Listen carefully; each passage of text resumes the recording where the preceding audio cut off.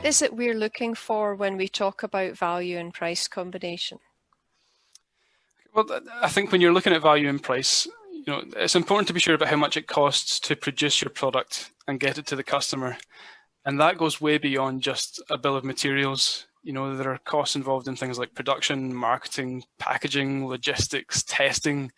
And in certain fields as well, there can be significant additional costs for things like safety testing, regulatory services, and particularly for those working in medical fields. Don't even get me started on the costs associated with clinical trials, because that can really get out of hand quickly. So it's important not to assume that a lower priced product is necessarily going to secure sales. It's all about the value that your product brings to the customer. And it's really important to understand your competitors' pricing strategies as well. Your product might be better, but if it's significantly more expensive than competitors, it can be difficult to get a foothold in the market. So you need to think about what is realistic and what customers will be willing to pay, because ultimately your product is only worth as much as somebody is prepared to pay for it.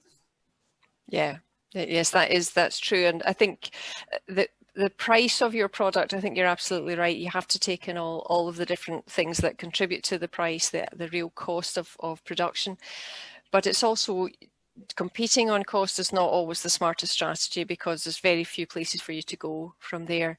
So what is it that's different and special? And that's where the sustainability argument comes in, because if you can demonstrate that it's not going to cost you any more for this product, but it's produced sustainably, then that could be your USP, and that's what you go on, rather than that's the value rather than the price. The thing with money is that when you're starting out, you want to be ambitious with what you actually need. So don't say, I can do this for 150,000 if actually you're going to need 250,000. But also be realistic in what you think you can get from the funding sources, depending on what it is you're actually putting together. I think it's also important to see that companies have reached out to organisations like Scottish Enterprise or Interface, who are good conduits into other sources of funding to get them through the different technology readiness levels. But again, be realistic in what you can get and make sure you use it wisely.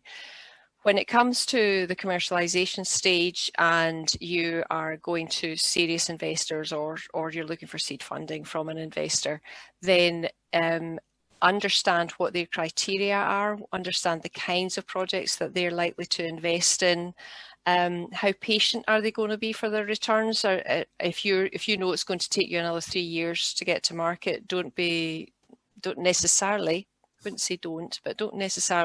be attracted to a lot of money that you'll get, but you need to pay back too quickly before you've got any hope of getting the money back.